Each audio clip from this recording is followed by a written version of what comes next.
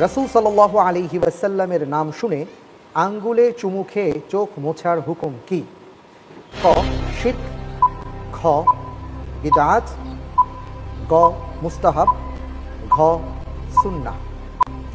জি, উত্তরটা হচ্ছে খ বিদআত। বিদআত লক করে দেব ইনশাআল্লাহ। ইনশাআল্লাহ লক করে দেয়া হোক বিদআহ। জি সঠিক হয়েছে। এই আমাদের এলাকায় কিছু মানুষ আছে, এরা আযানের সময় করে কি আশহাদু আন্না মুহাম্মাদার রাসূলুল্লাহ, মুয়াজ্জিনে কইছে আরে কয় সাল্লাল্লাহু আলাইহি ওয়াসাল্লাম। এটা হলো একটা ইশক ইশক ইশক, আবেগ আবেগ। গ্রামের মানুষ চোখ যেন রোগে না ধরে, এই জন্য কয় মুহাম্মাদুর রাসূলুল্লাহ। ছড়াইতে ছড়াইতে সারা দুনিয়ায় ছড়াইছে। এখন যেখানেই যাই দেখি কিছু লোক কয় চু চু চু চু, এগুলো মাসালা না কিন্তু। আর ওইটা হলো আজাইরা ফিরি, আজাইরা আবেগ আকান্না ফিরি। কিছু কথা আছে বিনা দলিলে আমরা মানি। ওই রকম একটা যে আল্লাহ রসুলের নাম শুনে মহব্বতে চুমা দিলাম, আমি দলিল ছাড়া বলি এটা ভালো কাজ, জায়েজ কাজ, ঠিক কিনা? নেতার নাম চুমা দেয়, ফতুয়া নাই। প্রেমিক প্রেমিকার নাম চুমা খায়, ফু দেয়, ওতে সমস্যা নাই। আমার নূর নবীর নাম শুনে চুমা খায়, এতে মৌলবীর অ্যালার্জি হয়, ঠিক কিনা?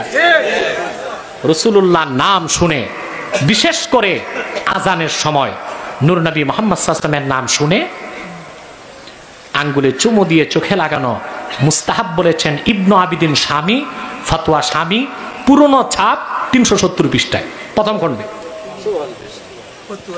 জি, তবে সাথে একটা দোয়া পড়বেন, বলে দিব। আল্লাহুম্মা মাত্তি'নি বিস-সাম'i ওয়াল বাসার কুররাত আইনি বিকা ইয়া রাসূলুল্লাহ। এই কথা বলে যদি কেউ বৃদ্ধাঙ্গুল চুমু দিয়ে চোখে লাগায়, নূর নবী বলেছেন আমি নিজে আমার সে আশেক উম্মতকে জান্নাতের পথ দেখায় দেব। ওয়া মুদখিলুহু ফি সুফুফিল জান্নাহ, আর আমি আমার আশেক উম্মতকে নিজ হাতে জান্নাতীদের কাতারে শামিল করে দিব। ফতোয়া শামী, প্রথম খণ্ড, পুরনো ছাপ 370 পৃষ্ঠায়।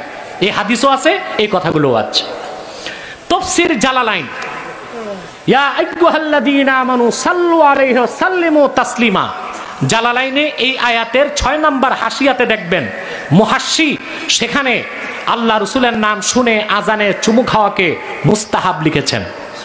তাফসীর রুহুল বায়ান, ইসমাইল হাক্কি ইয়া আইয়ুহাল্লাযীনা আমানু সাল্লু আলাইহি ওয়া সাল্লিমু তাসলিমা আয়াতের ব্যাখ্যায় চুমু খাওয়ার পক্ষে 12টা দলিল দিয়েছেন।